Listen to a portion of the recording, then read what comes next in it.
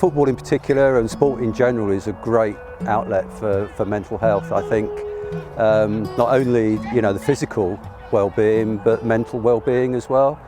I think it's a way to interact with people. You meet friends, you're talking, you're exercising, you're out in the fresh air. All of the things that you have to that help towards good mental health, I think.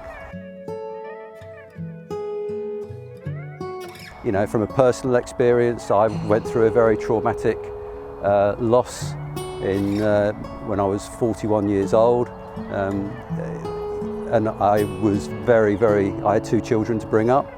I think I've struggled with anxiety for a long time. Even whilst I was playing sport, I really struggled with it. I don't play as regularly now. I coach, which I love, and that's the bit that I found really helps me in terms of controlling my anxiety. But I think there are a lot of other people who struggle with it that maybe don't make that known, or they're not sure what it is or why they're feeling like that. So for me, it's been a really challenging 2 years, and it's hard to talk about still. As you can see from my voice, my mum passed away, and really after that there were 3 or 4 massive events. So my wife's mum passed away, my wife's dad had a stroke, I was made redundant, my dad suffered after my mum passed away, so it just all came at the same time, and we're just coming out of it now. Yeah, I mean, in the last couple of years my marriage broke down, so I had a little bit of a struggle with that. Perhaps the year before the lockdown came along, I experienced a few challenges in my own world, and my day job, I'm a sort of a peer supporter, so what was quite, not ironic, but where I was trained to look for signs of mental health, I thought I did it to help others, which I did, but then I started recognising traits within myself. So through the training, I recognised perhaps I needed a little bit of assistance.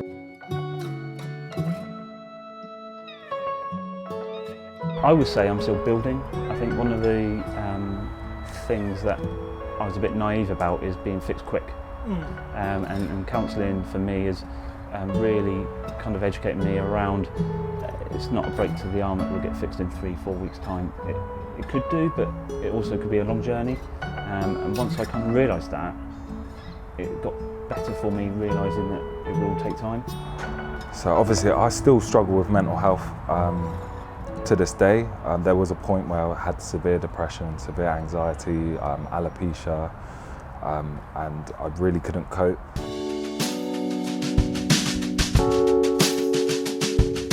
I'm looking back myself over perhaps my journey, and the people I've contacted around my support have been football. There's 2 individuals that are in my head, and I've met them through football. So I think it just also gives an opportunity to have that chat to one another after a game, before a game, during a coaching session, as well as the physical benefits of playing. Yeah, I think football's massive for mental health and well-being. I think just coming together and having that vibe of being around people and being comfortable just talking, and that team building and that sense of belonging and self-worth and feeling part of the team. Football saved me, there's no question about that. It was an outlet for me. It was something I could concentrate my mind on, still get that exercise, but it kept me together.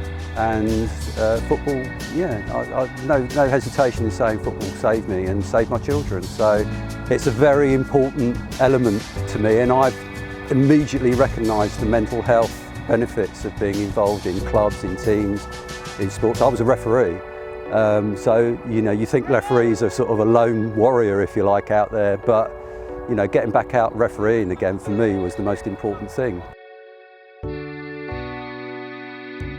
It gives people a sense of a place to go, a sense of belonging, and gives them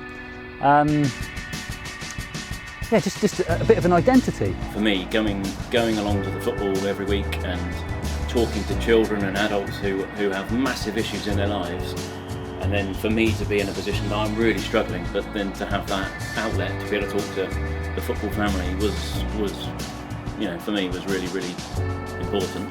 and it stopped me having a proper breakdown. But then it's also given me that background to be able to talk to people about it.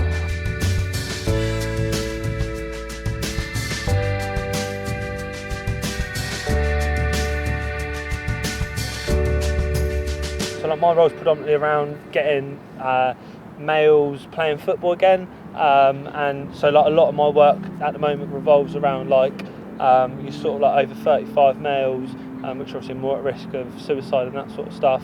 So we're doing a lot of like recreational stuff, just getting people playing and enjoying things. Also do a lot of stuff with older adults walking football, and again some vulnerable groups there that we get playing, enjoying football. And for me, when I play like stuff like this, I love it because look forward to get up in the morning. It's like you're a kid again and going to play in a tournament, and you get everyone's happy. You're here with your friends, you have a laugh, you have a joke.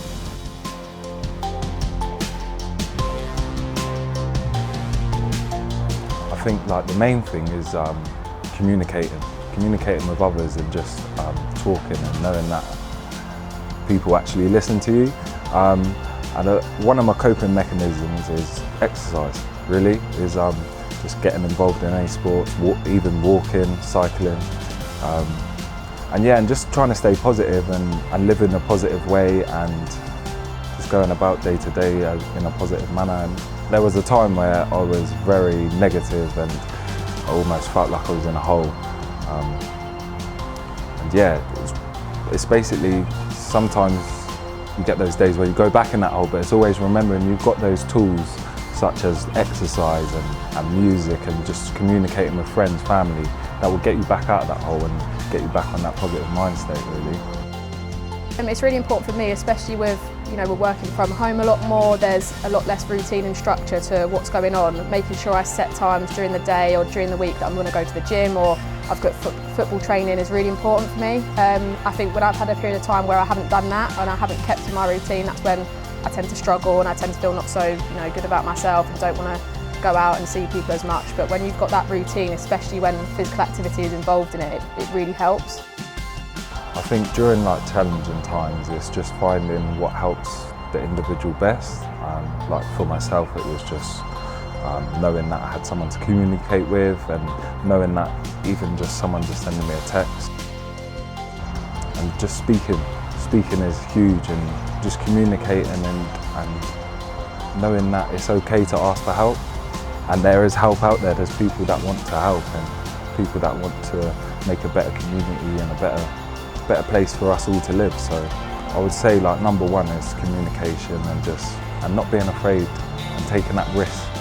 Give yourself that time where you know that you're going to just focus on yourself and your physical well-being for a period of time, so that you're not worrying about emails coming in or meetings. So having those times where you can just sit back and work on you is really important. I think it's about, especially for me, I found that having coaching where you're planning things for players, you're really thinking about other people, you're going to be at a certain place throughout the week, and there's a lot of structure to that, and I've spoken about structure a lot. That's really important to me, and that helps my anxiety a lot.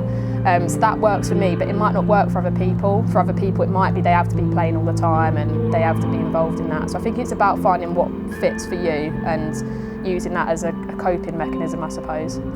Talk to people, I do understand, because I was probably in the same situation where I didn't feel like I could speak with other people because I was keeping it in, but then of course that weight on your shoulders just gets heavier and heavier and heavier. And I think speaking with people, even if they're not actually necessarily giving you advice, but maybe just getting things off your chest, which is why a lot of these charities and organisations are actually here to help and support. However, in the first instance, I would always say just communicate with people, because sometimes one chat can make you feel a million times better. I think the key thing is like active listening when you first hear about it. Try and understand a bit more about the situation. It might be someone's just having a really down day and there's potentially not a lot else. It might be that things are really serious. We're trying to get that information and flagging that up, passing it on, I think is the best thing to do, because we're mental health first aiders, but we're not experts. I work in health insurance, so there's a good employee EAP, programme, and through that there was counselling, and I used that, and that helped me through those times, and I'm now in a much better place. So yeah, talking about it really does help.